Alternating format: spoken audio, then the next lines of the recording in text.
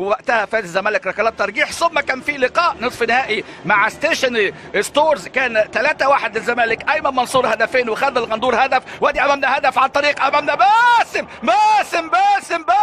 على ذكر الاهداف، على ذكر النتائج، عملها باسم امامنا هنا في هذه اللقطه. الكره ملعوبه ويطلع الحارس ثيوبيلس والزمالك يسجل عن طريق باسم مرسي.